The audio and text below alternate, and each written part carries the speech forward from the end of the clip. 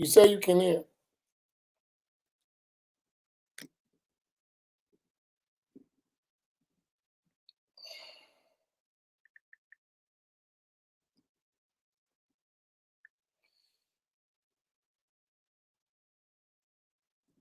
Bismillahir Rahmanir Rahim. Alhamdulillahi Rabbil Alameen. والصلاة والسلام على رسول الله وعلى آله وصحبه أجمعين. اللهم علمنا ما ينفعنا وانفعنا بما علمتنا وزدنا علما. اللهم لا سهل إلا ما جعلته سهلا وأنت تجعل الهزن إذا شئت سهلا. سبحانك لا علم لنا إلا ما علمتنا إنك أنت العليم الحكيم. السلام عليكم ورحمة الله تعالى وبركاته. I praise and thank Allah subhanahu wa ta'ala for the blessing of Islam. And sufficient is Islam as a blessing, as an endowment from Allah subhanahu wa ta'ala. I pray that we all find ourselves in a state of al-afiyah, well-being in our religion and in our life and in our bodies and in our families, that all of us are in a state of afiyah, in a state of well-being. And it is one of the things that my teachers used to always say when we would come together or when they would meet someone. They would say, may Allah grant you al-afiyah. May Allah grant you well-being. As the Prophet salawatullahi wassalamu alayhi wa ala alih, he said that the best thing to ask for in this world is al-afiyah. And the best thing to ask for in the next world is Jannatul Firdaus, the high levels of al-Jannah. So may Allah give us al-afiyah in this world and Jannatul Firdaus in the hereafter. Amin.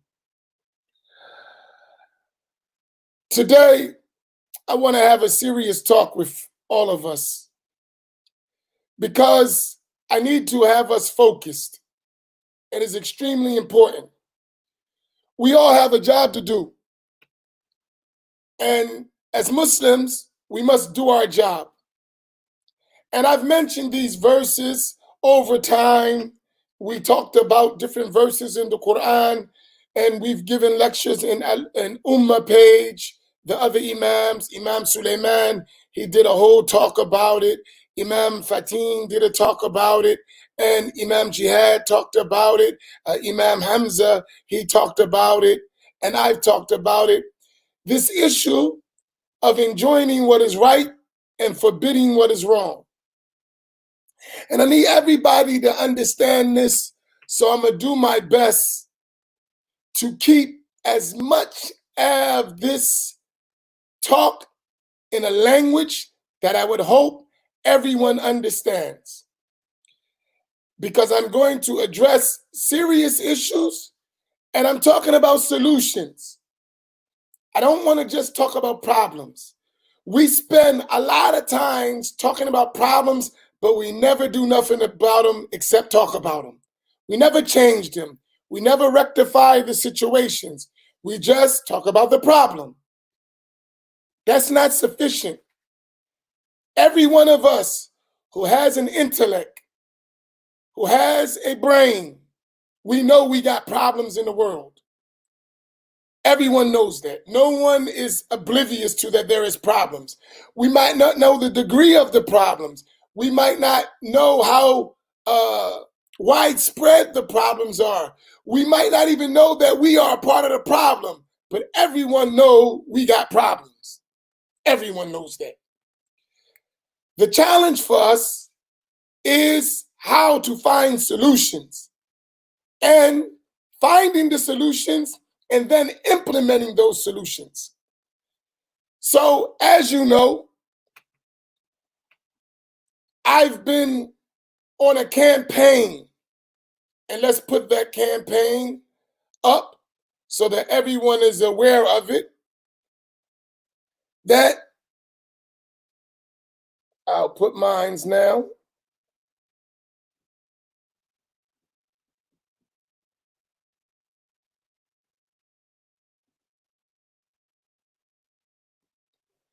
That has been my campaign. Black Muslims matter.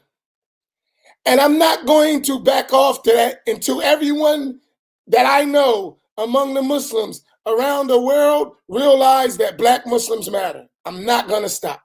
So for my brothers in Islam that are not African American or not Black, you're going to have someone to reckon with until you fix this issue.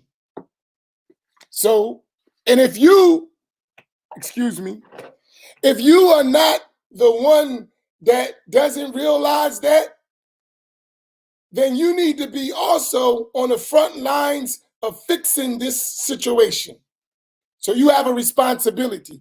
Your responsibility is not only to say, well, I don't do that, but if you watch others do it and you don't do anything, you just as guilty as the one doing it.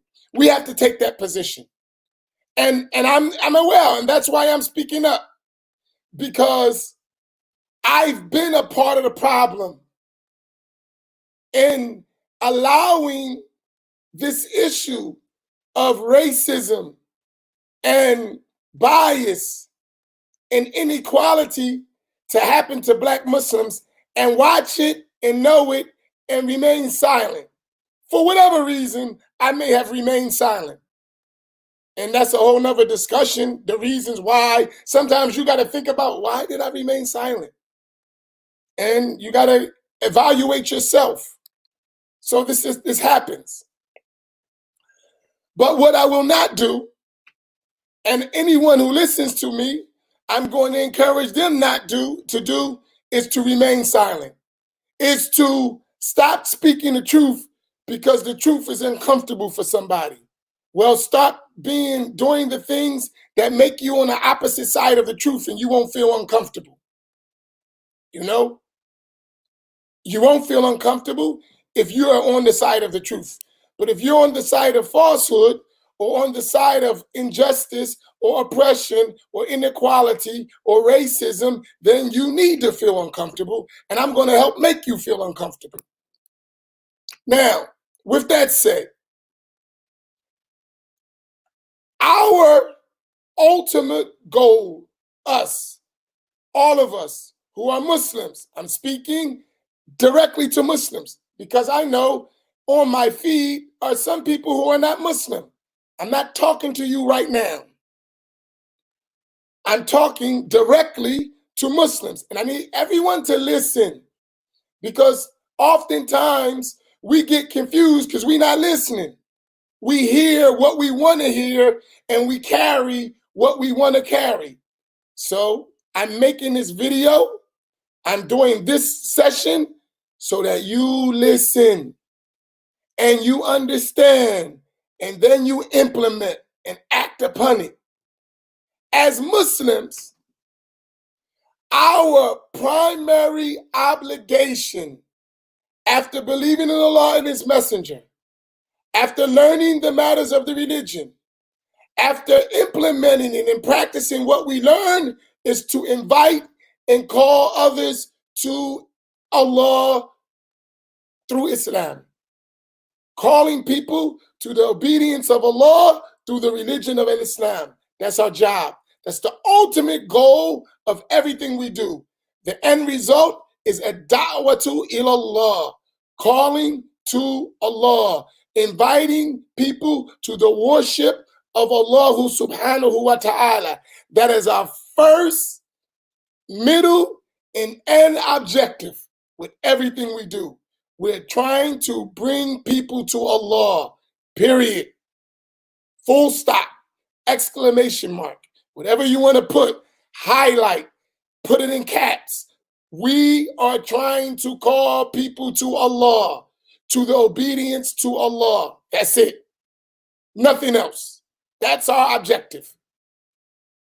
And now the only thing you'll notice is the methodology we employ to do that.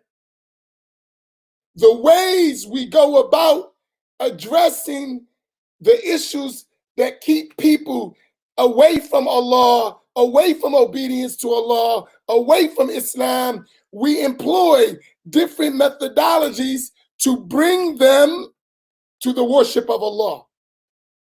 And we try to have all those methodologies within the bounds and rules of the sacred law, the Shariatul Islamiyah, the Islamic law, the sacred law. That's our scale. And all of that is based on the Quran, the Sunnah, the consensus of this nation, the great mujtahid, head scholars of the Islamic nation, and the other sources of Islam that the scholars employ for us to understand divine revelation. That's our methodology. That's it. And anyone who thinks other than that of me, you don't know me and you sadly mistaken. My life, my work, most important thing in my life is to call to Allah subhanahu wa ta'ala, and the path that leads to Allah, which is al-Islam, and the methodology to understand Islam is al-Sunnati wal Jama'ah. That's my life. I have nothing else I want to do. If I could spend the rest of my life just doing that, I would be extremely happy. So I just want you to understand me. That's me. And anyone who knows me, they know that's me. That's him. Even in my life, my enemies know that about me. The people who don't like me, they may say, he's this, he's rough, he sometimes can have bad character, he ain't merciful. Whatever you may say, that's an enemy talking. You won't say he's not about this religion. You won't say that. He's not about teaching and getting the religion across to people. You'll never say that. So my methodology sometimes may be a little rough. I got it. But you won't say that he's not trying to call us to Allah, trying to call us to Islam, trying to get us to be good Muslims. That you'll never say. Or you are a liar. You know that. With that said, now, combating racism among Muslims within a fold of Islam, we have to do that. Why? If we don't combat racism, number one, racism is haram. It's unlawful. Oppression is haram. Inequality is haram. All of that is haram, unlawful, not permissible. You cannot do it as a Muslim. If you do it, you are sinful. If you are sinful, you are disobedient to Allah. You are disobedient to Allah, and it is the opposite of what we're supposed to be calling each other to, which is obedience to Allah.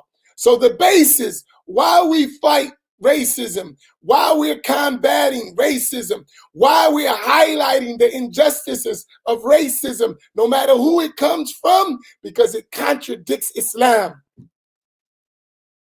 It is a munkar. It is an evil deed that we must remove. We're obligated. Whoever doesn't engage in that and has the ability at one level is sinful. And the sinful person runs the risk of getting the torture from Allah subhanahu wa ta'ala. So we must understand that. Now, with that said, I receive phone calls, several phone calls. So you get to know me because I'm a teacher. I'm Imam Amin. Some people call Sheikh Amin. Some call Ustad Amin. But I am active in a da'wah.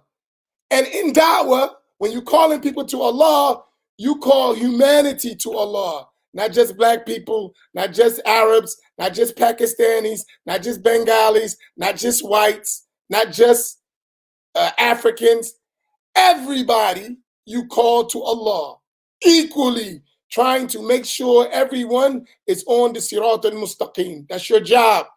That's the work of someone who is working in the field of a da'wah, calling to Allah. Everyone in the human race is necessary to get the message of La ilaha illallah, Muhammadur Rasulullah, and obedience to Allah. That's what we do. That's our life. So when you hear me talking about Wahhabiyya and talking about that issue, it's because we have to call against anything that's going to lead people away from the straight path and from misguidance. Whatever we're talking about.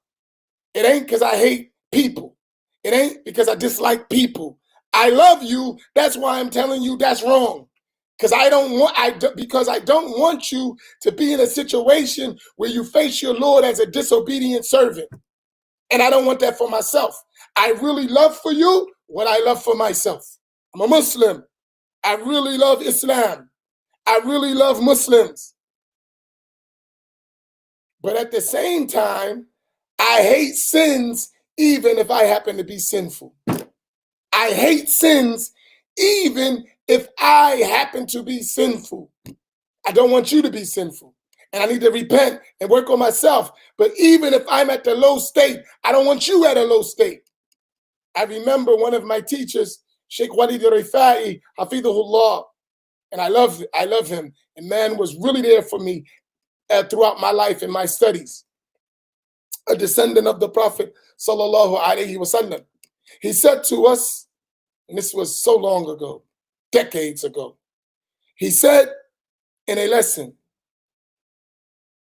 if two drunkards, two people are drinking alcohol, and they're together drinking, it is obligatory on one of them to say to the other, don't drink, it's haram.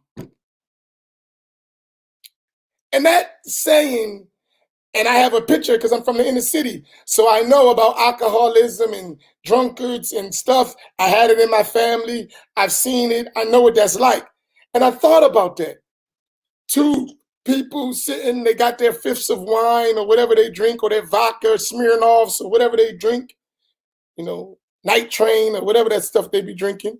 That's when I was coming up, these types of drinks. And they're sitting drinking, and they're drinking together, that one gotta say to the other, don't drink, it's haram, while they're drinking. I said, deep, that's deep.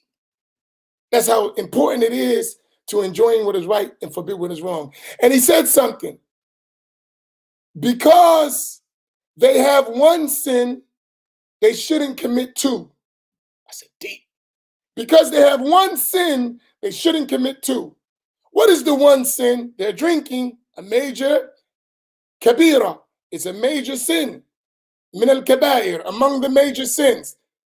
But also, to not enjoying the right and forbid the wrong is another sin.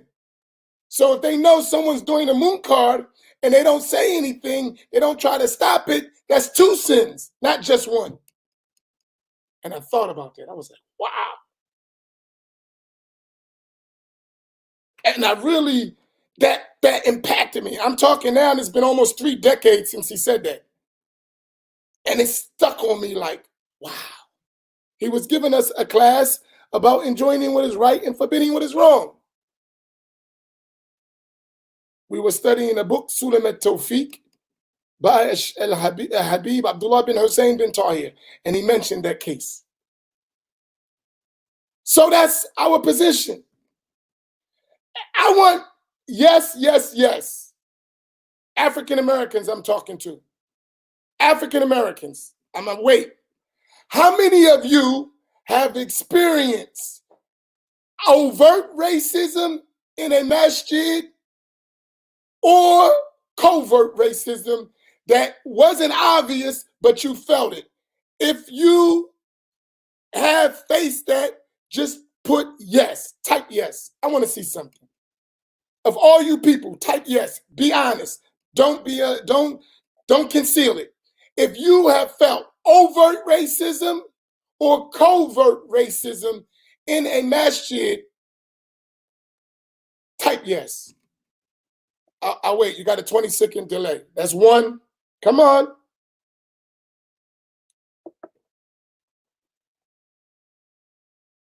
That's two, three. Come on, come on, let's go. Don't forget I'm black. As a Puerto Rican, Black American. Yes, keep coming, keep coming.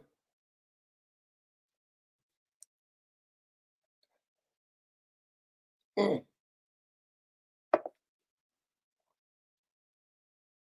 Okay, we got the point, and keep coming. Don't stop. So that means all of us, and I'm Imam Amin. Some Sheikh Amin. I go to places and they kiss my hand. They kiss my hand, literally. Arabs, white people, Caucasians, Bangladeshis, Pakistanis, Egyptians, Moroccans, Syrians kiss my hand. And I felt racism. So I'm not imagining things. So don't tell me. And someone said that they passed my videos or the lectures, these post-Fajr reflections or the night classes, and they said, Imam Amin is calling us racist, and I kiss Imam Amin's hand. As to say, because you kiss my hand, there's no such thing as racism, even if it ain't coming from you. That doesn't negate racism because you, as an individual, love Imam Amin because you didn't know Islam and he taught you, and you kiss his hand out of respect for what he taught you. It doesn't erase racism from people that are like you in your ethnic group. It doesn't negate it.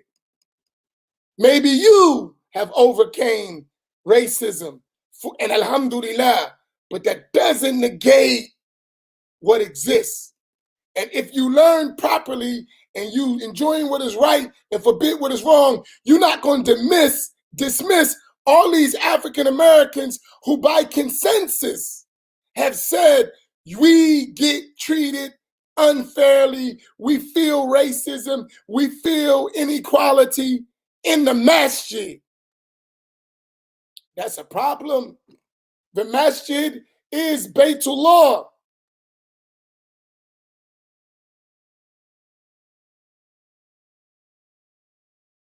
So all you got to do is read these comments. It ain't Imam Amin talking. Read these people, what they feel. And I'm giving them a platform to express what they feel. This is serious. So don't ignore this issue. We are Muslims. Most of these people we have discussed, they're Muslims.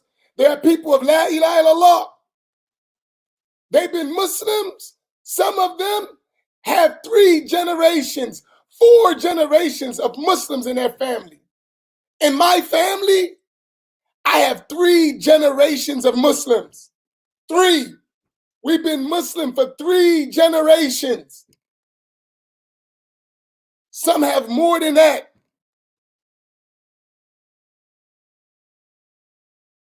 I've been Muslim with the Shahada and the deviant ideas learned. I'm talking about when I uttered Shahada 40 years ago. My children are Muslim. My grandchild's are Muslim. My nephews, grandnephews, Muslim. I got so many Muslims in my family.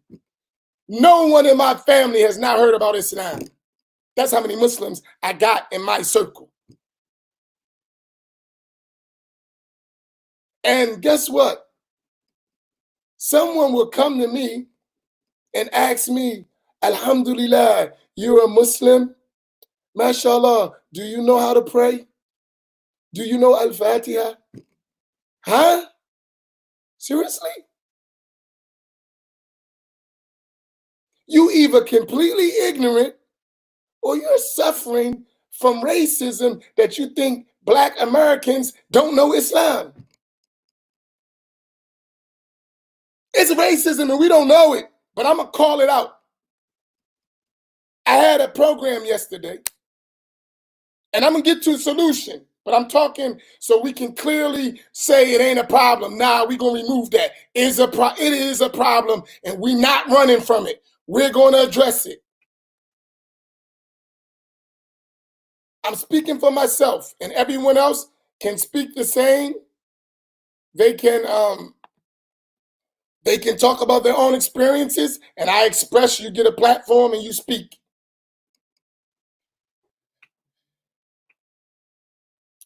We're going to talk about addressing racism and uniting our ummah. And the moderator, beautiful sister, African sister, she wasn't an African American. She was an ethnic African. That was obvious from her accent, from her dress, obvious, right? And she said, she read my whole biography, summarized version. Imam Amin Muhammad, he's the Imam of Masjid Muhammad. He's a teacher. He studied over here. He studied with this sheikh in this world, in Egypt. He studied with sheikhs in Egypt, Syria, Lebanon, Saudi Arabia. Read all of that. After reading all that, then not from ego side, just he's an Imam, that's true. He's a teacher, Ustad, Sheikh, that's true. He does it. And believe me, I don't qualify for none of that stuff from my side because I've been around real sheikhs and real imams, and I'm not one of them. But I am doing the job. But you know what? After all that, you know what I became? Brother Amin. Huh? Brother Amin. And I said to her, I said, you and your master, do you go to the imam and say, brother? Or you say imam so-and-so or sheikh so-and-so? And when she thought about it, she's like, I didn't even think about it like that. I know. That's what I'm talking about. You would never go to the imam in your masjid, where is your culture, and say, brother. You would say imam. You would say sheikh. And I've seen it in other cultures where all together, they'll say, brother imam to the Pakistani, sheikh to them, or the Arab, and then look at me, we on the stage together, teaching together. I'm teaching books. And then you say, hey, brother Amin. What the heck is that? If that ain't racism. And the one that they said imam or sheikh don't even got 20% of my educational background. So what is it? It's racism. Let's call it out. If I put my resume to his resume, there's no compare whatsoever. But he's imam and sheikh, and I'm brother. Give me a break. You can't see that? That means you're entranced in your racism. And that's the worst form of racism. You're a racist and you don't even know you're a racist. That's why you don't stop. You know, that's compounded, as the brother put, compounded racism. You are racist and don't even know you're a racist. Well, if I'm your brother and I love you, I need to open your eyes and show you, my brother, my sister, this is racism and it's totally against Islam. And we need to have this talk. In every single masjid, we need to have this talk. Because I'll give you an example, and I'll speak from my own experience because it's very important. I'm going to speak from my own experience. I'm an imam in Atlantic City, Masjid Muhammad. I'm the imam, right? It is the oldest masjid in South Jersey. Our masjid started as temple number 10 in the Nation of Islam. Temple number 10 in 1955, right? Temple number 10. That's early in the black community in the nation. 1975, from 1955 to 1975, when Imam Waterford Muhammad, Rahimullah, became the leader, that masjid became from Temple number 10 to Masjid Muhammad. Between 75, 78, I wasn't there at the time, I was a kid, but I came to Masjid Muhammad for the first time when I was 10, 1980. So it was only 5 years later. Oftentimes I gotta, is my voice clear? Is the voice clear? Okay.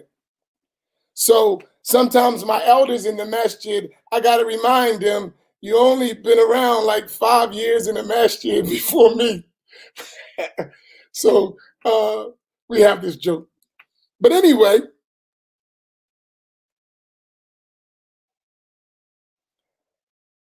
so we became Sunni Muslims, praying, fasting, believing in Allah.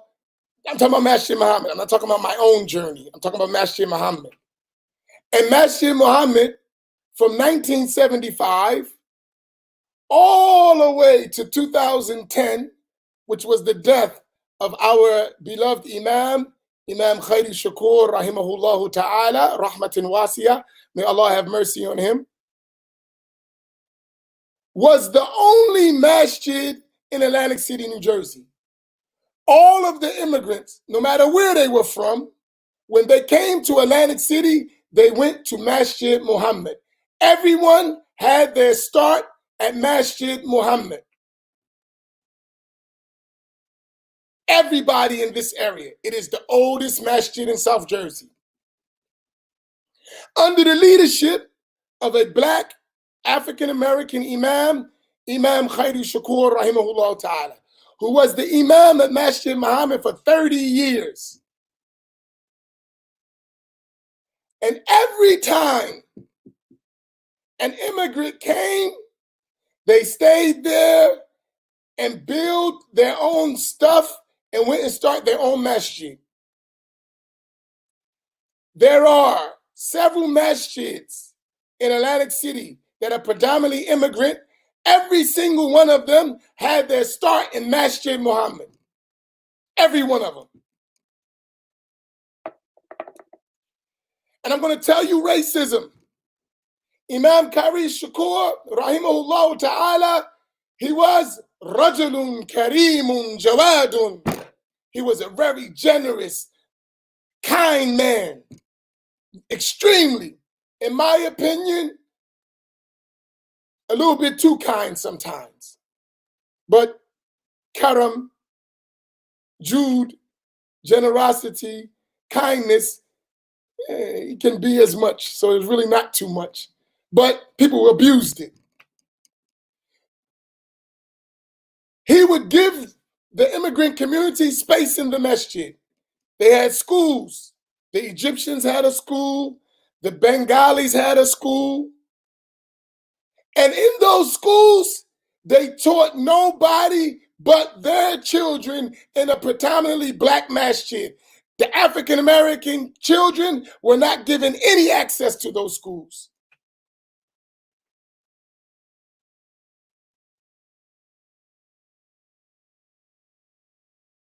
No access. In a predominantly African-American masjid, in a predominantly African-American city, in their masjid that they built and came from misunderstanding Islam to a correct understanding of the Sunnah, you don't invite their children at all. Not one. Not one.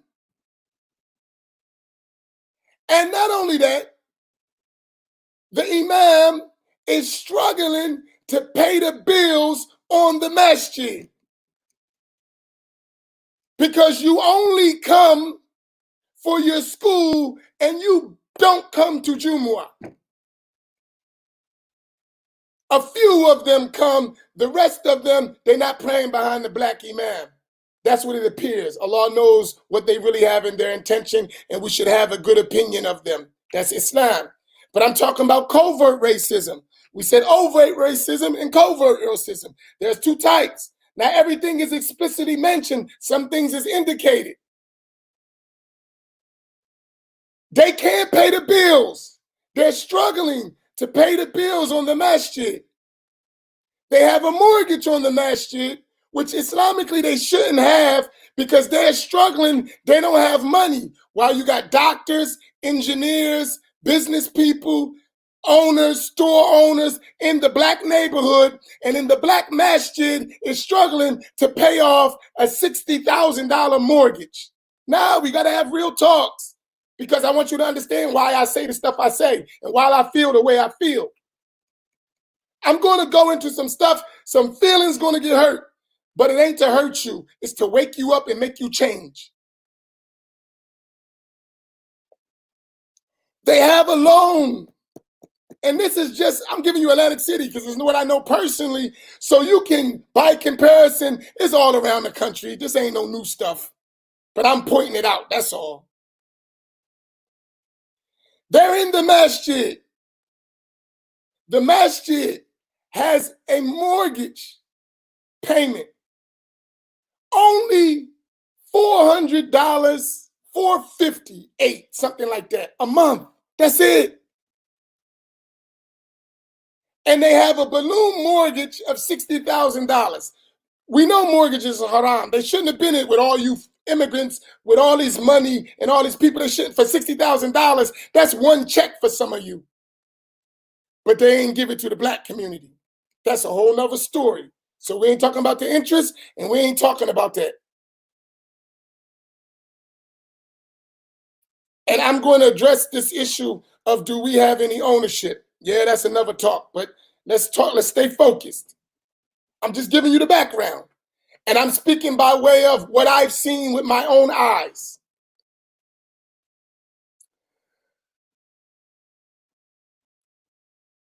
They were paying $300 a month for the Bengalis, $150 a month for the Egyptians. They had, let's do math. I want to show you racism. This is overt. It ain't covert. This is overt racism. Masjid struggling, barely paying their bills.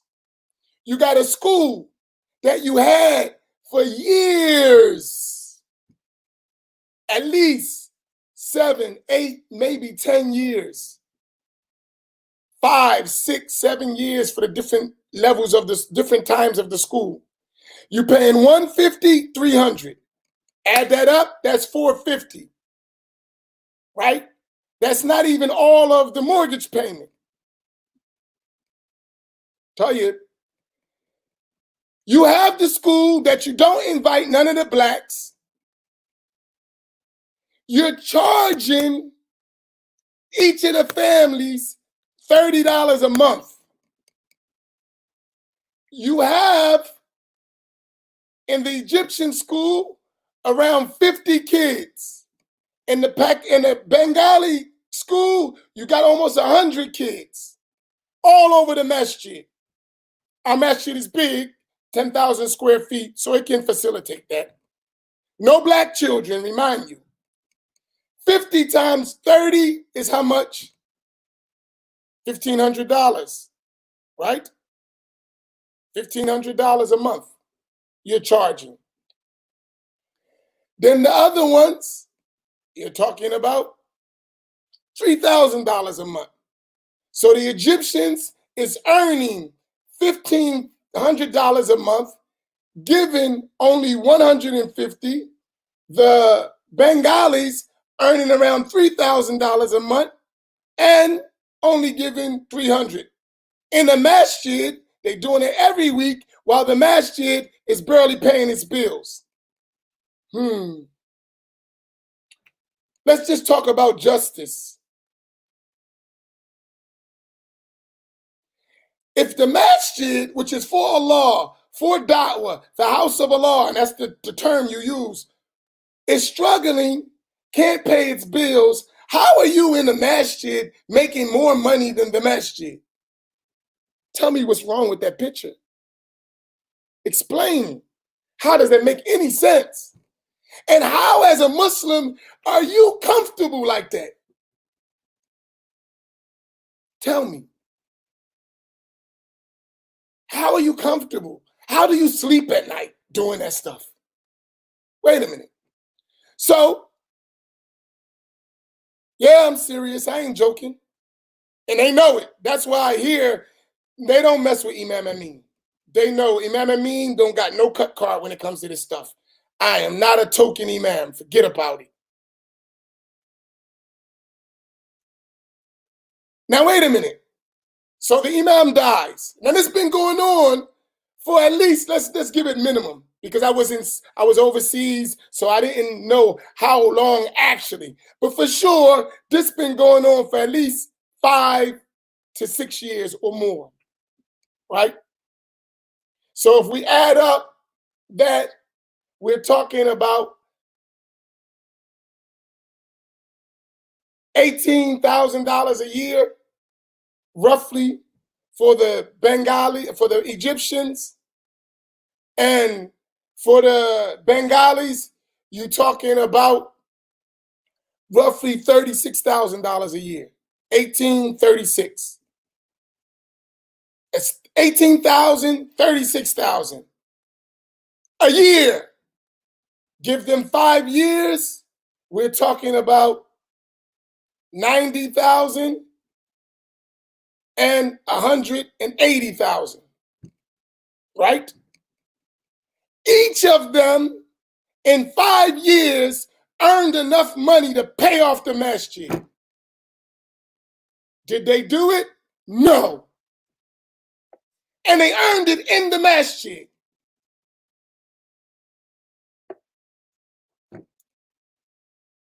The Imam dies, rahimahullah. We discover the masjid still owes $60,000. That was the original payment, because all the money they paid was all interest, and they didn't pay nothing on the principal except a few $1,000s. They still owed $60,000 at the death of the Imam for a building that only cost $60,000. So the masjid paid $60,000 in interest with that going on.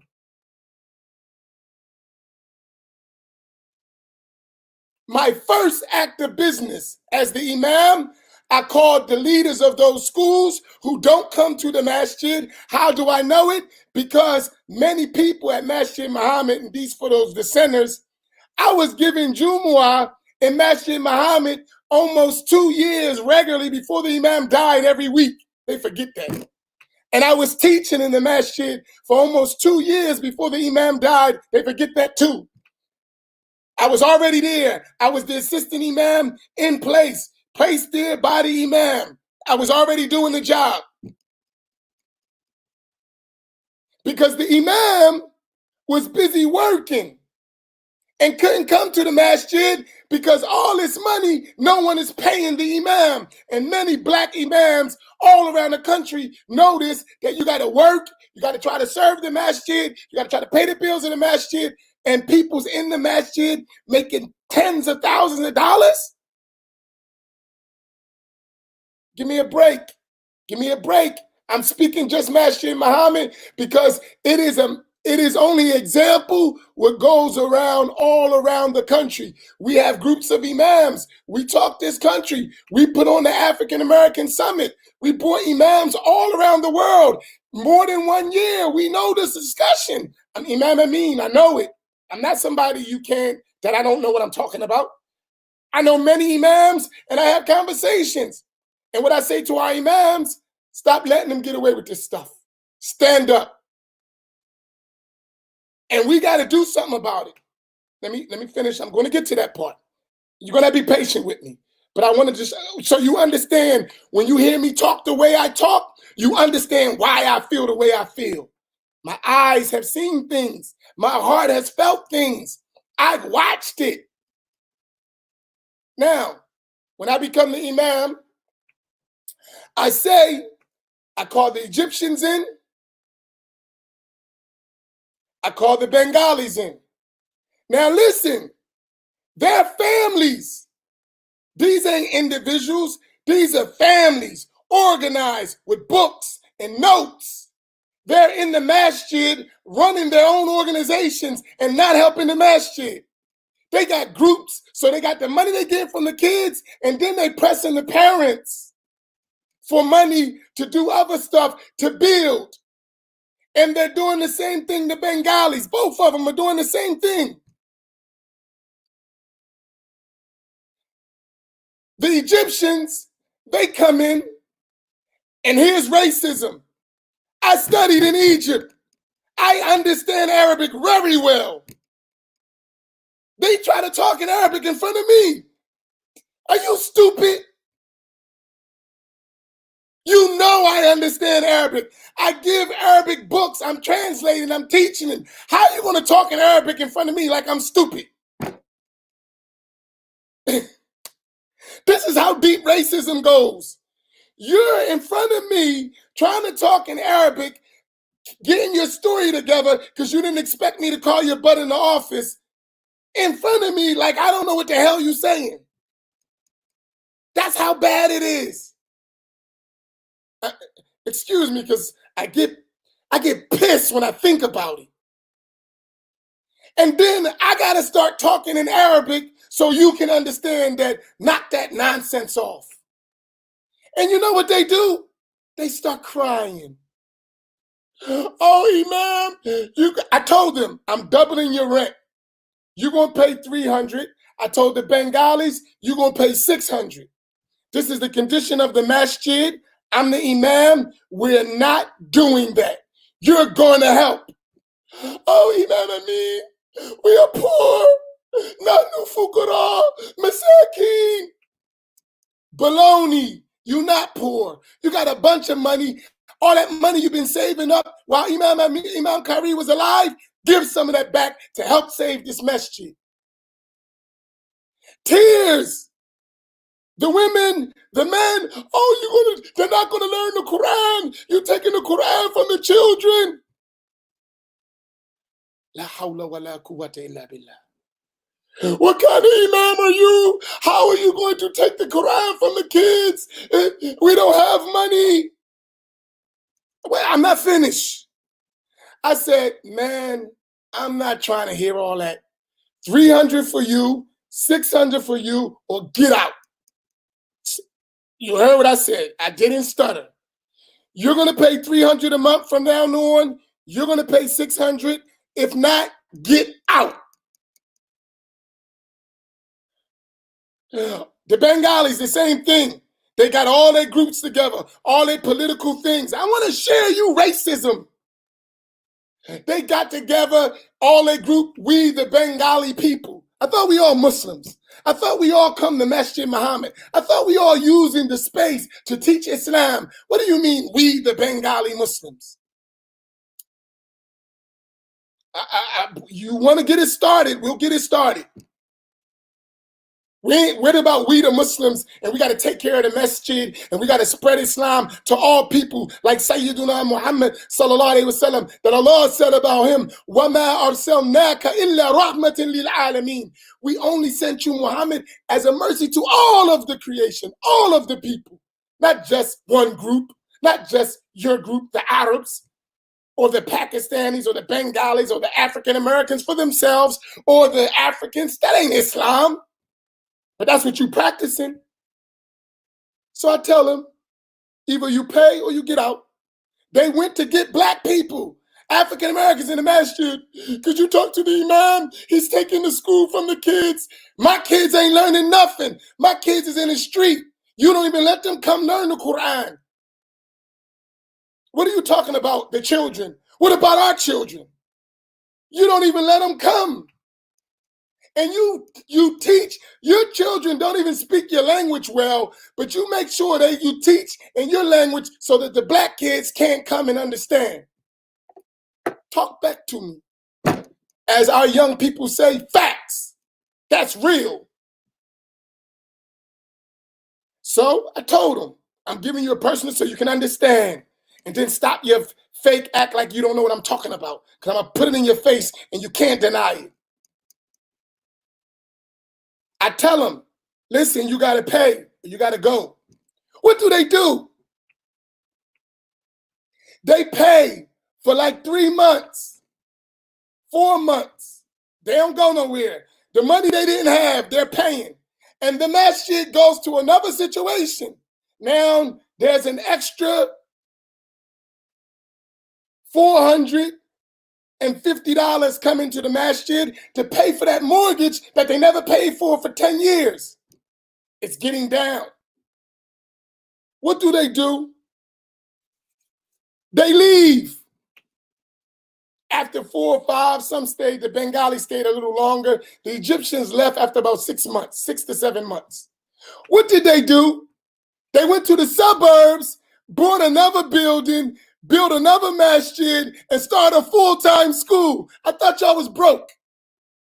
I thought y'all didn't have no money. You bought another building, made a full-time school, hired your people, and you told me you ain't had no money. Facts. Racism. I thought you was broke. I thought you couldn't have no money. You was buying time on the backs of black people. You went from not being able to pay $300 to opening up a whole nother masjid in the suburbs with a full-time school and get some token black people to work for you so you can, at minimum pay, so you can say, we're not racist. Talk to me. This, and they know it. They know it. This ain't something that we can have that discussion, but they know me, I'll have it. They know it. It ain't going, I'm not a token imam. I ain't doing that. Absolutely not. That stuff's disgusting. And somebody need to check you. Because we would never do that. We would never do such a thing. Wait a minute. I'm not finished. That's the Egyptians I'm talking about. Right? That's the Egyptians. A year or so later, a year and a half later, the Bengalis stayed around. Maybe a year, 6 months. I don't want to exaggerate. So let's give them a year and a half. A year and a half, the Bengalis buy a $500,000 building, redecorate it, fix it up, build a school. They buy housing all the way in the middle of the city. The whole area is Bengali land, Bangladesh land, or whatever you want to call it. Housing. They got the schools, Texas Avenue School in the middle of Atlantic City, filled up with their kids. They took it over. That's where I went to school. It's all Mexicans, Bengalis, Pakistans, but mostly Bengalis. They bought a whole neighborhood in the city, built a masjid in their area, $500,000. The ones who said, we don't got an extra $300 for the black community. I'm not finished. These people make you want to punch them in the face, seriously. But they Muslim. We're not going to strike another Muslim in the face. That's how they make you feel, being so insulting and disrespectful. This is what they do. These are the same people who didn't have no money. The Egyptians did it, and so did the Bengalis. For years, decades, since 1955, African Americans been holding it down in the city, around the country. And you come right off their backs, come to their masjid, steal from them, use them up, and then say, now we got on top, we don't need you. Come on, man, talk to me. This is real. This ain't a fantasy. I ain't make it up. And everyone who's from Atlantic City and Masjid Muhammad, put yes if you know what I'm talking about. Let's be real. Let's be honest. Be real. Wait a minute. I ain't finished. Allah, when we found out, they left us, got away from us. Masjid Muhammad, we paid off that mortgage in like 18 months, the whole thing. We was done. We was done with our money. We was finished. Masjid is owned. No mortgage, no riba, none of that. Done. We did it. Then after we finished, Hurricane Sandy came, wiped the masjid out. And I'm not saying others didn't help from outside. Not these people. My students that are Arab, that are white, that are Pakistani, they're my students. I taught them. They helping Imam Amin. And don't think I don't recognize the difference between helping Imam Amin and helping the black community. It's two different things. So let's not play games. If it wasn't Imam Amin, you wouldn't do it. Because we can go to your city and we see the condition of black community and you're not helping them. You're helping Imam Amin because Imam Amin you're teaching Imam Amin. Imam Amin's coming and he's teaching and he's putting it in and he's educating your people while you're losing your kids. And Imam Amin is helping because Imam Amin speaks English. Imam Amin knows the religion. He's helping you. So you got to help Imam Amin. There's a difference. Let's not play games. There's a big difference between the two. Because if you take yourself outside of Imam Amin, how many black communities are you helping? So let's not play games. And not saying we don't appreciate your support for me. I do. I'm fine. It ain't about me. It's about a segment of the Muslim community that's not being treated fairly, that's being treated with racism. That's what we're talking about. We're talking about Imam Amin. It ain't about Imam Amin. It ain't about him. That ain't the issue. Let me finish. We get to Sandy. Masjid is decimated. The whole city is decimated.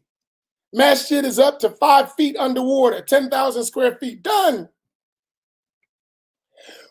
I go on a campaign all around the country.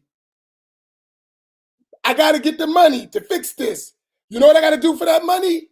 I got to give khutbahs. I got to teach. I got to give classes. I got to be away from my family. You don't just say, here's money. It is, nah, now you need money so we can really use you. We're going to work you like a government mule. Imam Amin, we need classes. We need khutbahs. We need fundraisers. We need you. And I got to do what I got to do to get this building paid off and make something for the future of our community. I got to do what I got to do. And I got to wear my family out to do it because you got the money. Why? Because you bringing me to the fundraiser and in a half an hour, I watch you raise 200, 300, 400,000, a million. I've been around and I'm there. And guess what? I'm the only black guy sitting in the crowd or on the stage. I understand. And then with all that, you'll say, here's a little bit for you. Go help fix your community. Not fix it, just enough to keep you coming back.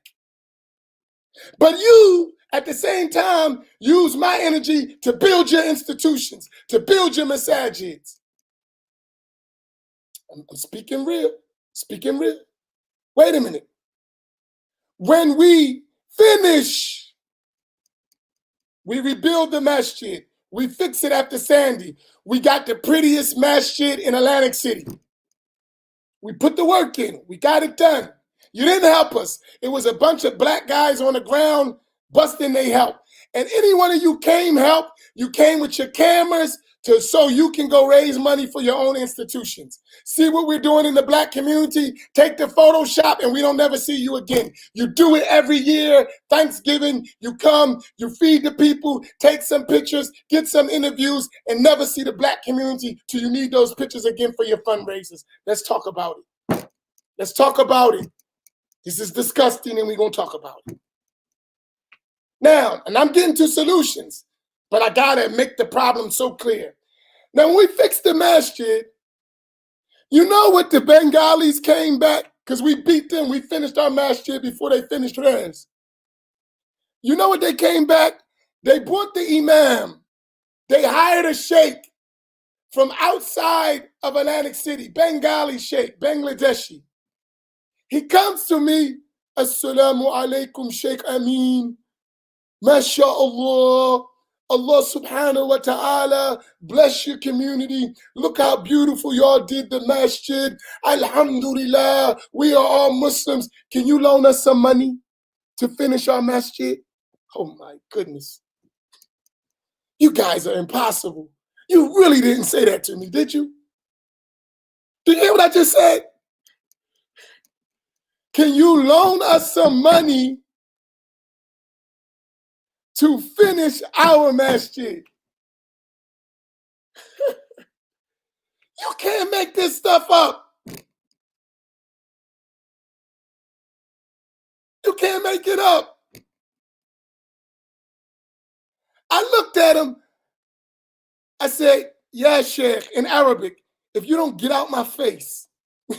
And he's like, why are you so harsh, Imam? And get out my face. And I'm being honest to you, I'm from the projects. It take me a lot to swallow that stuff. I mean, I learned. I lived overseas. I got sheikhs. I know better. I got to watch myself. But I'm from the hood. I really want to knock you out. That's disrespectful. Islam, I can't. I can't. That's haram. I know I can't do that. But you rude. You disrespectful. Too much. You insulting. It's bad. Somebody got to check you. Because if I keep you around my people, one day somebody going to punch you in the face. If you don't get yourself together with that. Then they go back and say Imam Amin is harsh to us. Huh? I'm harsh to you. We can't work with him. He's just too critical. Critical? I just described you and you know this stuff. What do you mean I'm critical? You racist. That's the problem. It ain't I'm critical. You racist. And unfortunately, and here's our part, you got some black people, some African Americans who will go to get a few crumbs, act like they ain't racist, and help them be more racist. Go sit in the back of their masjids and get a little plate during Ramadan in the corner. What the hell is that? Be a man. You got a board and none of them is black. None of them. Ain't no black man making no decision. Zero. No black man or woman. This is disgusting. In a predominantly black city, where blacks are the majority of the population and the majority of the Muslims.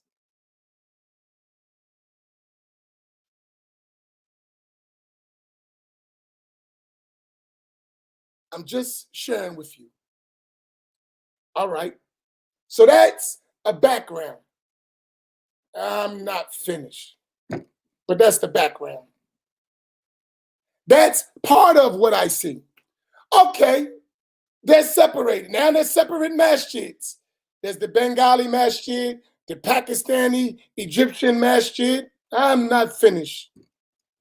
All of them started from where? The black masjid, where there was African-American leadership. They all left. I'm not following a black man. That you don't have to say it. Your actions said it. Your actions speak louder than your words. That's obvious. That's why you opened another masjid in a city that can fit all of us in one masjid. So why you open another masjid? For what? For you. Tell you. Not only that, that's Bengalis, Egyptians. Now let's go. We're Ahl Sunnah. So now, because the Pakistanis, they have differences among them. This is real. So they got Deobandi, Bralwi. I'm going to talk about it all since we're talking. The Bralwis, they don't like the Deobandis. They say their belief is wrong and that, and the Deobandis have a beef with the Bralwis. But the Deobandis and those Salafi Pakistanis got the money. The Brahlois, they don't have a lot of money. There are some, but the real money is with those doctors and lawyers who either became Salafi Wahhabi or Brahlowi or Deobandi supporters. Those Brahlois, before they knew that Imam Amin was Ahl-Sunnah, that he's Ash'ari, Shafi, and hard against Wahhabism, before they knew that, they was praying behind the same people they considering disbelievers or kuffar or all that other stuff, you know, working their politics. When they found out Masjid Muhammad is big, the Imam, he's Ahl-Sunnah, he's a Sunni, he's Ash'ari, he's against the bad creed of the Wahhabis, and he doesn't accept, they come to Masjid Muhammad in a group, not individually, in a group. MashaAllah, Imam, we're Ahl-Sunnah, we with you, we believe in you. First, they want to test me. Let's see if we can run our stuff. He's black. You know blacks don't know nothing about Islam. Uh-oh, he got sheikhs. He knows stuff. He got chains of narration. He got books. He know our madhab better than us. But he's going to let us do our stuff. MashaAllah, we Ahl-Sunnah. Let's have mawalid, let's do dhikr, let's bring in scholars, let's teach, and everyone know about Masjid Muhammad. We're a place of learning and knowledge. We bring scholars from all over the world. That's what we do. We are known in the black community for people of Ahl-Sunnah and teaching knowledge. That's what we do. We ain't racist. Come on in, Aki, ya Ahl-Sunnah, mashallah. Sheikh Ahmed Rida Khan, radiyallahu ta'ala anhu, we have asanid, we have changed to him. He's among the shuyukh of our shuyukh. That's mashallah. We down. They come. We got Maulana so-and-so. We got Sheikh so-and-so. We want to bring the mufti from so-and-so, the judge from Pakistan. Ahlan wa sahlan. Come on. We all Muslim. What do? You gathering your troops, you raising money, same move as the Egyptians, same move as the Pakistanis. You come, and they got a different tradition. They bring the sheikh, and while the sheikh is doing knots or giving talks, they throw money at him. $50 bills, $100 bills. That's the custom. Nice custom. I've benefited from that custom, right? That's what they do. You could give one lecture, depend how you motivate people, you could walk away with $500, $1,000 in just talking. That culture, they throw the money, and they throw the money at you. It's not insulting, it's like honor. That's the culture they do, which is good, mashallah, they take care of their teachers. I don't have no problem with that. But I want to show you something. Now you in the masjid, with the black masjid.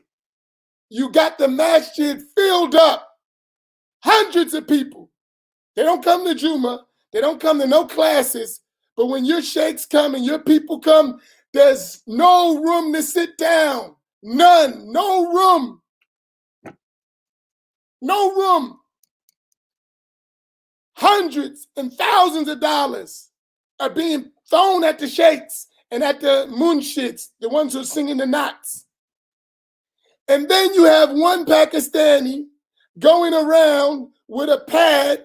Each family, how much you going to give, how much you going to give, how much you going to give, raising money outside of what they throwing at the sheikhs. Then, when they finish cooking food, biryani, all kinds, and I'm a Pakistani lover of Pakistani food. Everyone know that about me. One of my favorite foods. Wreck the kitchen, mess, trash. Then after they finish, walk their sheikhs out, leave nothing for the masjid. And I say nothing. If you don't get on their backs, they will walk out and give nothing for the masjid. Zilch. And won't clean up. Find a poor black man and give him $50 to clean up after we finish. La hawla wa la quwwata illa billah. And I had to tell them poor black men that was doing that, and if I told you who it was, I won't tell you because it'll be embarrassing for him. I said, don't ever take another dollar from them. Let them clean up. If they're going to give you money, they're going to help you and still give you money. Don't take another penny from them. If I catch you, me and you going to have a problem. Don't do it again. That's what they're doing. And leave the masjid a wreck.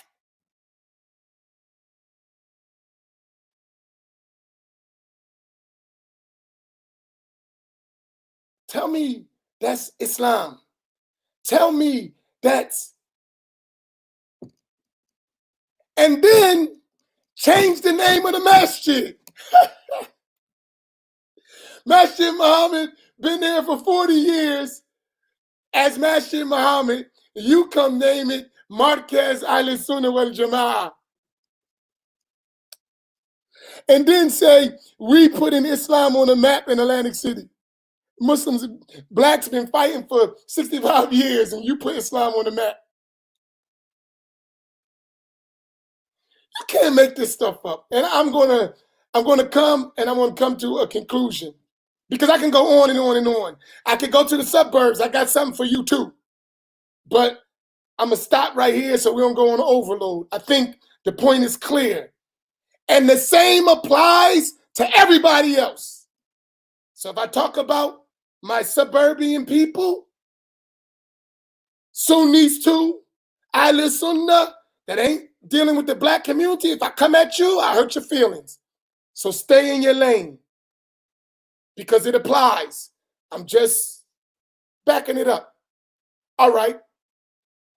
Solutions, that's problem. Number one, biggest solution, start practicing Islam. First, you got to learn, because I know you don't know Islam. So you need to learn first. From all these coaches, y'all need to learn Islam in the proper way. Y'all need teachers, y'all need tasawwuf, y'all need to learn Aqidah properly, you learn to learn fiqh properly. So first, that you know Islam and how to apply it.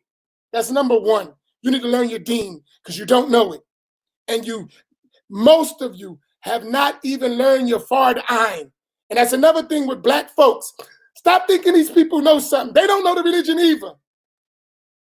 That's why white supremacy got their knee on their neck, because they don't know the deen. They're chasing the West themselves. Most of them are here not to learn Islam, to get dunya, which is a whole nother discussion. They don't know the religion. So don't think that these people, because they speak Arabic, or some of them don't even speak Arabic and you're scared. They speak Urdu and they're Bengali. They don't even know Arabic. But you think because of our own ignorance of the religion that they know something. They don't.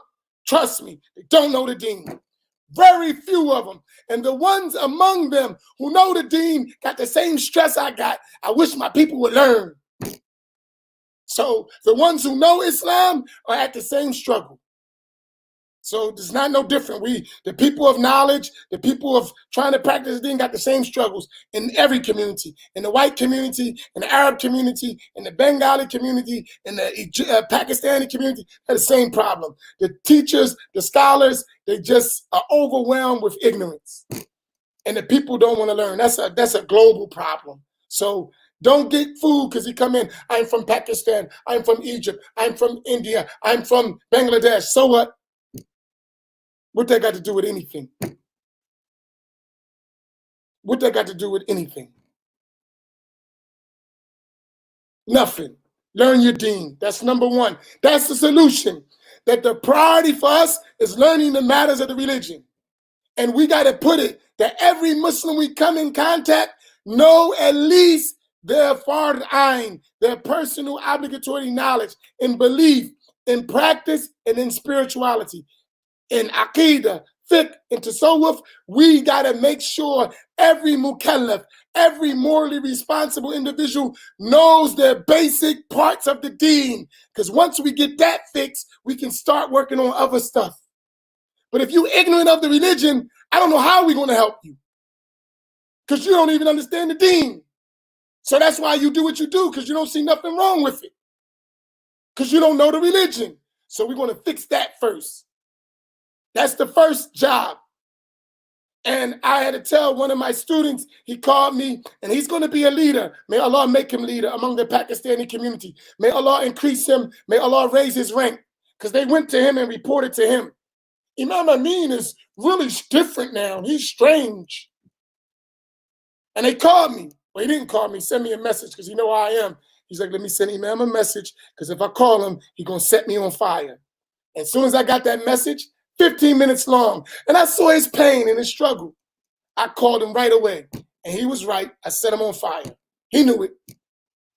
And he's a student. I taught him. And he went on. He went overseas. He learned. And may Allah make him a great scholar. I love him. But he knows me. Yo, bro, we going to speak truth. And I hope you, and you know who I'm talking to, go do your job. Fix your people. That's what you learned for. You didn't learn to be a coward. You learned to be a lion for Ahl Sunnah, a lion for Islam. Go fix your people. You know what you got to do. Don't give them a pass because they're your people. Fix them. This is real. If we're going to fix the problem, because at the end of the day, we're trying to get people to Islam. So that's one. They got to learn. Number two, you got to admit your problem. After you learn, you got to admit that we've been doing the wrong stuff. We've been racist. We've been unfair. We haven't been brothers to the black community. We've been more friendly to the white community, to non-Muslims, than we've been to Muslims that are Muslims because they're black. You got to admit, because that's when you're going to make a change. You got to admit that, you know, they used to say something in NA or AA. You never notice a person's in NA, Narcotics Anonymous or Alcohol Anonymous. They've been free of drugs and alcohol for 20 years and I'm still in recovery. You ever notice that? I'm still in recovery. But you ain't did drugs in 20 years. I know, but once you stop admitting your problem, you're likely to fall back into it. So you're going to have to say, listen, we were wrong. We have to admit we've been unfair and unjust to our brothers and sisters in Islam. Ain't about race. We Muslims. So it shouldn't be about race. But it is. And that's wrong. And you got to admit it. You got to recognize it. And we need to help you recognize it. Admittance. That's one. The third step, rectifying it, correcting it. You can't just say, I know, and keep doing the same stuff. You got to change. You got to do something different. You got to learn to be a real brother. You got to really learn to care. You got to be a believer. Allah tells us in the Quran, إِنَّمَا الْمُؤْمِنُونَ الَّذِينَ آمَنُوا بِاللَّهِ وَرَسُولِهِ ثُمَّ لَمْ يَرْتَابُوا وَجَاهَدُوا بِأَمْوَالِهِمْ وَأَنفُسِهِمْ فِي سَبِيلِ اللَّهِ أُولَٰئِكَ هُمُ الصَّادِقُونَ.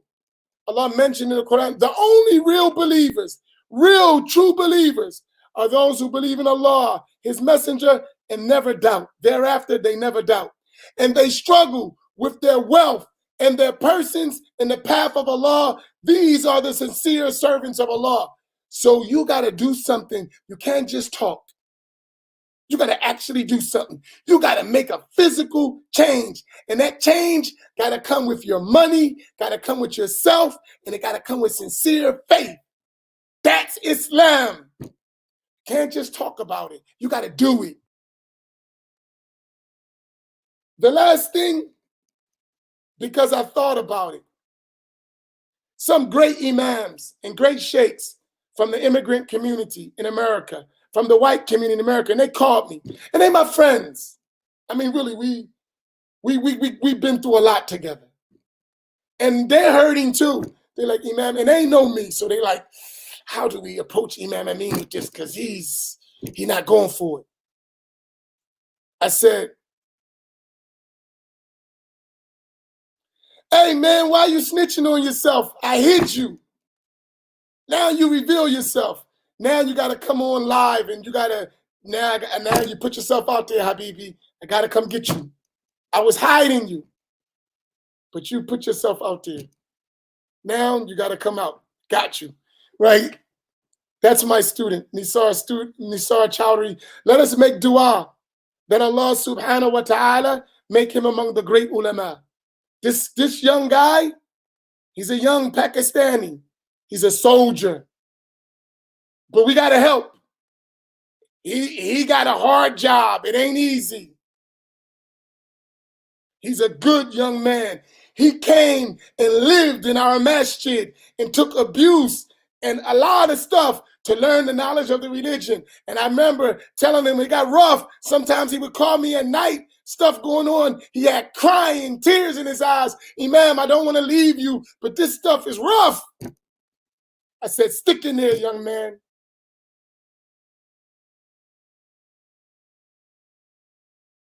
And mashallah, it is people like him that can help change.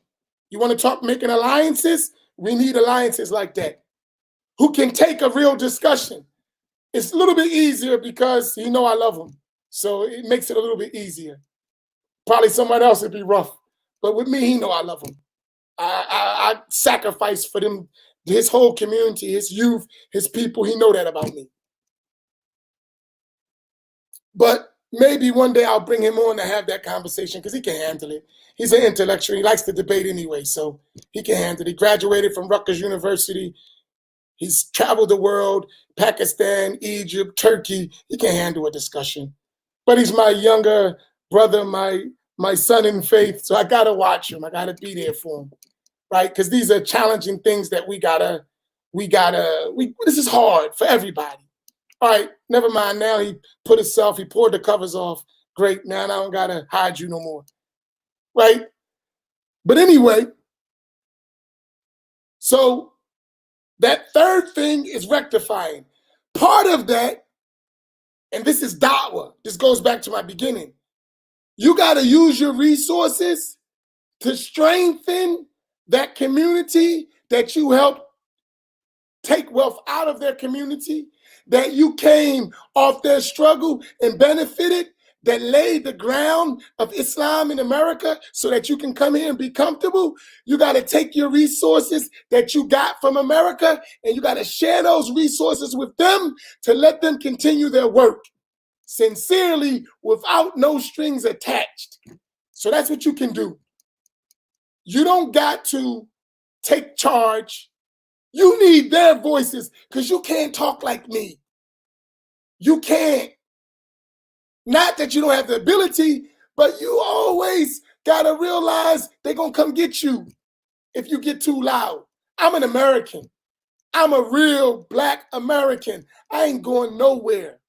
My people been in this struggle for over 400 years. I know these people. I know this system of kufr that we're fighting. So I'm really your ally. Empower me to do the work. Not just me, all of these African American people that if you help them, you build them up, they can take the knee off all of our necks around the world. When they got La ilaha illallah, Muhammadur Rasulullah, and they got this kind of passion, because y'all celebrate Malcolm X, but y'all don't do nothing to build Malcolm X's. You celebrate, you go to his grave, you have celebrations, you do Malcolm X Black History Month. La hawla wa la quwwata illa billah. But how many Malcolm X's is in the city? Thousands around the country, Malcolm X's. If you help, use your resources, let them be free, let them learn Islam, let them convey this deen, they could change the world if you stop being racist. Our ummah will overcome everything. We won't need Black Lives Matters mixing with all these different things. Us as Muslims, all of us can change the world, but we gotta be Muslim.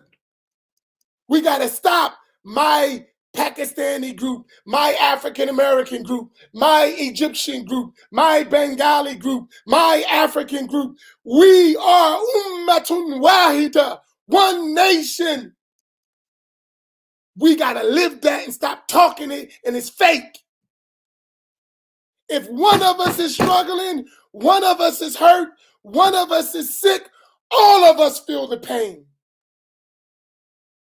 You do it for the Pakistanis when they're struggling. You do it for the Syrians in their struggle. You do it for the Palestinians in their struggle. Everybody come, help our Palestinian brothers, help our Syrian brothers, help our Pakistani brothers who are struggling and poor, help everybody around the world except the Black Americans. Come on, man. Let's be fair. How the heck you in America and there's Muslims all around, hundreds of African-American masjids, and you don't give them no money. You send all the money somewhere else. And we brothers. Come on, man. Let's be real. Let's be real. You come, you build, and I'm not talking about one individual. This is a systemic problem among Muslims. It's not one group. It's a systemic problem. There is systemic racism among Muslims, and we must fix it. This is real. Stop putting your head in the sand. It ain't going to change. You got to wake up. Allah gave us something to change the world, and we're not using it. When Muhammad sallallahu alaihi wasallam came on the earth, he used it and he changed the world. He took Islam to all the corners of the world. And he said, you know what? Bilal, get on top of the Kaaba. You think Bilal was the only one that could call the adhan? Of course not. Abdullah ibn Maktoum, he could call the adhan too. He put Bilal up there. There's a message in that. He was showing something. He was breaking down racism and all that. That's among the wisdoms of putting Bilal on the Kaaba. That's Muhammad sallallahu alaihi wasallam, who was a person who they was slaving and they had stone in the desert and beat him. Allah said, no, rise up, black man, rise up, yeah, Abdul Habashi, get on top of the Kaaba and call people to Allah. That's Islam, not that racist stuff we practice. It hurts because you're killing the deen. You ain't just preserving your culture, you're killing Islam from within. When you understand this deen, when you practice these ugly kufr practices of racism and bigotry, you are killing Islam. Do you understand? Do you get it? Somebody got to tell you, you're killing Islam. Every time you practice those racist practices, you're killing a Malcolm X, a potential Malcolm X. You are killing their spirit.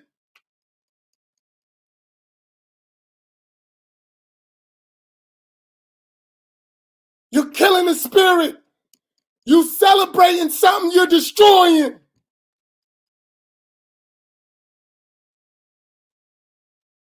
And for me, I got a little son.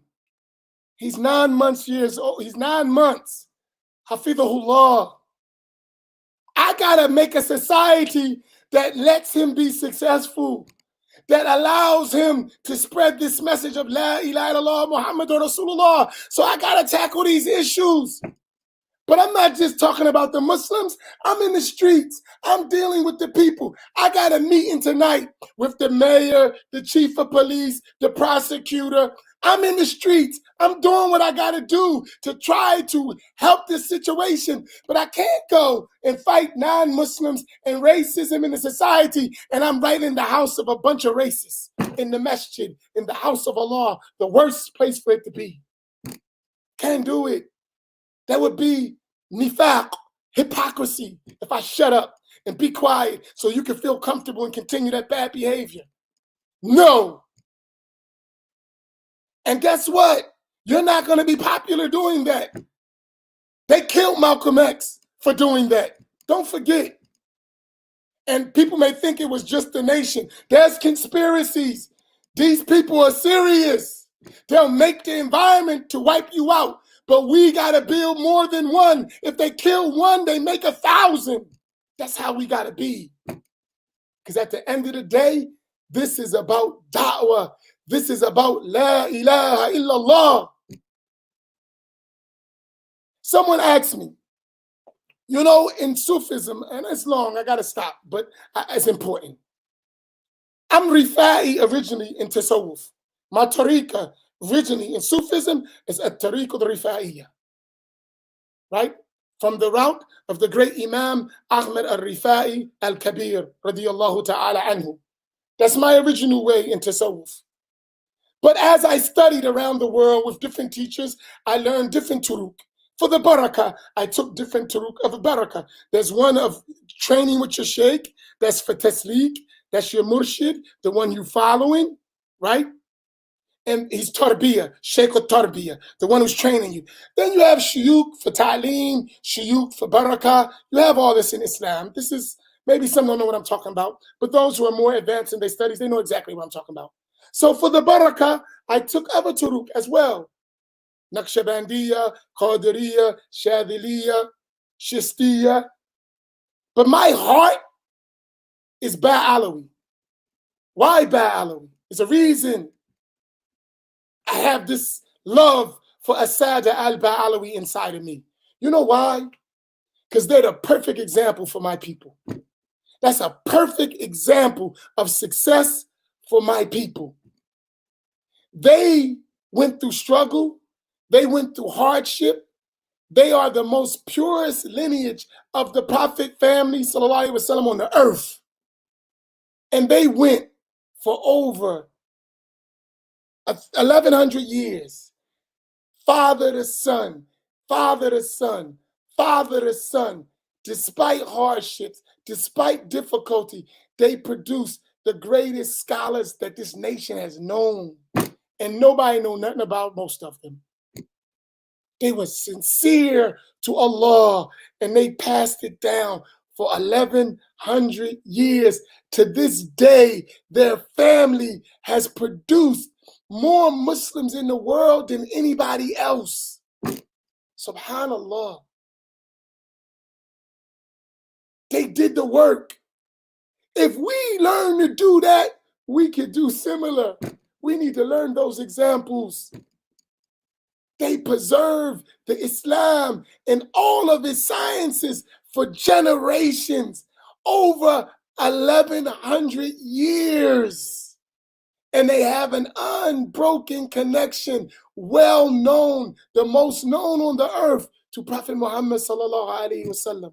I can name all of my teachers through that route, father to son to sheikh to student, student to sheikh, all the way back to Muhammad, with many routes from my mind. I don't need a book. And that is our connection to Islam. That is our chain of narration. But what about for us? We got to do the same thing. And tomorrow, I got to talk about us and our preservation of knowledge as well. Because we've watched 100 years of Islam in our community almost. We're almost 100 years of well-known the word Islam, the word Muhammad, the word Allah in the Black community, and we haven't produced not one worldwide, international, recognized scholar in the world, and that itself has to change. None of us have an agreement on Black scholarship and what that looked like. African American scholars, it's all over the place. We don't have a definition for that. We don't have a scholar that we say, as Black people, he's an alim, he's the one we all look to, and there's several of them. We have to produce that. Every other culture where Islam has reached, they have produced that. They done it. Go to Russia. I'm going to show you. In Russia, they built one of the biggest masjids in the world. And you know who the scholars are there? Russians. And the Arabs, the Pakistanis, they came there, the Bengalis and every Africans, they came and they submitted to the scholarship of the Russians.